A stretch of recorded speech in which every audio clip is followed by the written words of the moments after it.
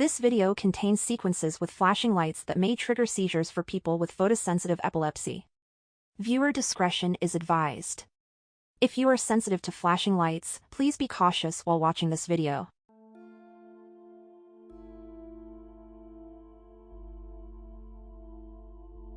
Disclaimer: Evelyn's tragic story is a work of fiction intended solely for entertainment purposes. Any resemblance to actual persons, events, or locations is purely coincidental.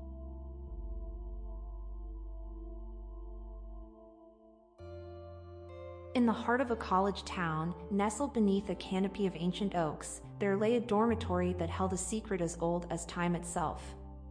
Within its walls, a group of friends gathered one fateful evening, drawn by the thrill of the unknown. Lucy, the adventurous soul who radiated curiosity, led the group. Beside her were Mark, the pragmatic skeptic, Sarah, the sensitive dreamer, and Alex, the quiet intellect. A mysterious wind whispered through the corridors as they assembled around a weathered Ouija board. The room was adorned with flickering candles, their warm glow casting a spectral light on the letters and numbers etched onto the board. Laughter danced in the air as they brushed aside the tales of malevolent spirits. They were just looking for a scare, a rush of adrenaline on a mundane night. "I've heard these things are a hoax," Mark quipped, his voice masking his unease. Lucy's eyes sparkled mischievously. Only one way to find out.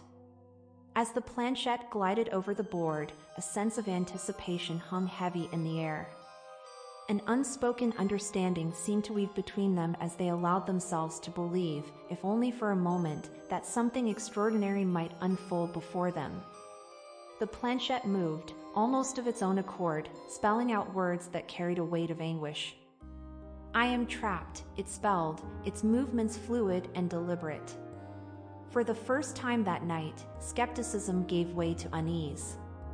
"Is anyone pushing it?" Alex's voice trembled slightly. Wide-eyed, Lucy shook her head. "No, I swear." With each passing moment, the atmosphere grew charged with an eerie energy. As the planchette spelled out the name Evelyn, a chill slithered down their spines. A sense of melancholy seemed to linger in the room, as if the very air was weighted with sorrow. As the friends soon discovered, they had unwittingly become vessels for a malevolent spirit named Evelyn. Through cryptic messages, the pieces of her tragic tale fell into place. She had once been a vibrant young woman, full of life and dreams, until she fell victim to a malevolent force far beyond her control. The story spoke of a family steeped in a twisted devotion, a cult of satanic worship that viewed her innocence as a mere sacrifice. Bound by blood, she had been betrayed by those who should have protected her, her soul bartered in a sinister trade. Evelyn's life took a gruesome turn when she was subjected to the horrors of satanic ritual abuse, tortured and tormented by her own kin in rituals that defied human comprehension. These rituals, cloaked in darkness and fueled by the worship of malevolent entities, unleashed an evil presence that sought to devour her very soul. The friends' gazes locked in a mix of fascination and trepidation. They had unwittingly opened a door to a past that had long been forgotten, and now, they found themselves entangled in its tragic aftermath. Evelyn's words spoke of desperation, of her efforts to fight against the darkness that had consumed her, but her pleas for salvation had gone unanswered. As the minutes stretched into hours, a palpable shift occurred. The candles flickered and dimmed, casting eerie shadows across the room. A weight settled in the air, as if an unseen presence had materialized among them. Panic blossomed in their hearts as the room was plunged into darkness, and screams of terror echoed in the void. The friends realized the gravity of their situation. Fear had replaced their initial curiosity, and they knew they needed to end the connection they had unwittingly forged. Shaking with trepidation, they placed their fingers on the planchette one last time, their intention clear: they had to sever the link with Evelyn's spirit. But as they attempted to move the planchette to goodbye, an invisible force seemed to resist their efforts. The planchette moved with an aggression that was almost violent, spelling out letters in rapid succession. Their hearts raced as the message formed before them, "It's too late, you are mine now." Dread settled over the room like a suffocating fog, their voices stolen by the weight of the revelation.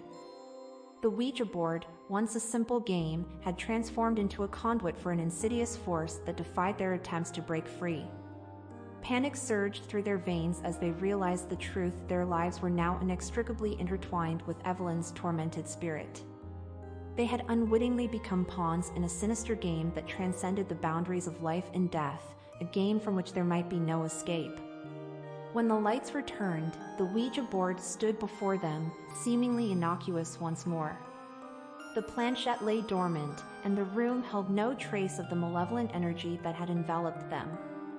But the sense of dread remained, lingering like a shadow in the corners of their minds. In the days that followed, their lives took a harrowing turn into the abyss. Shadows seemed to linger at the edges of their vision, and whispers echoed in their minds like haunting echoes.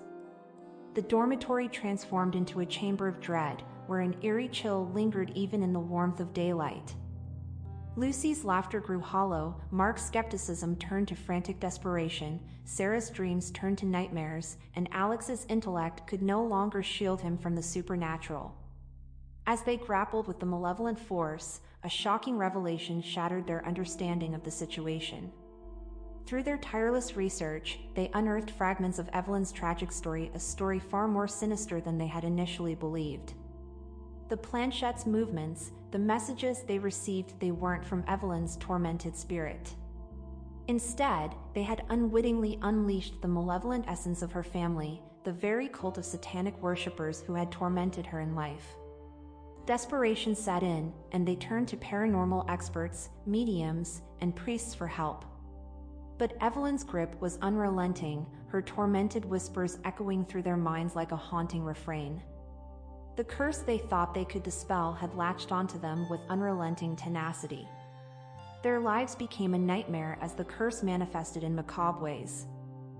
The dormitory, once a safe haven, transformed into a prison of terror. Strange symbols etched themselves onto the walls, eerie whispers echoed in the night, and shadows seemed to take on a life of their own.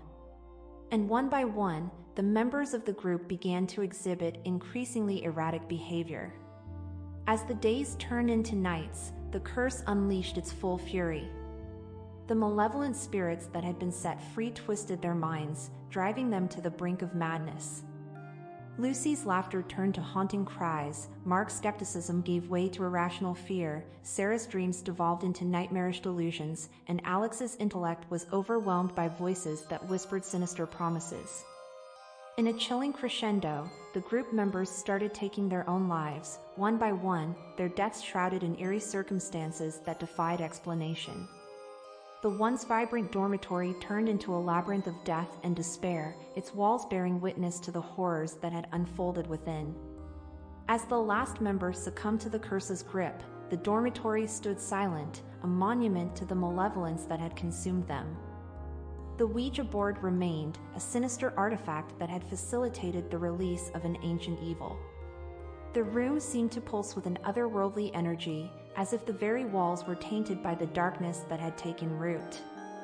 The curse, once thought to be confined to the board, had spread its tendrils, infecting the lives of those who had dared to play with forces beyond their comprehension.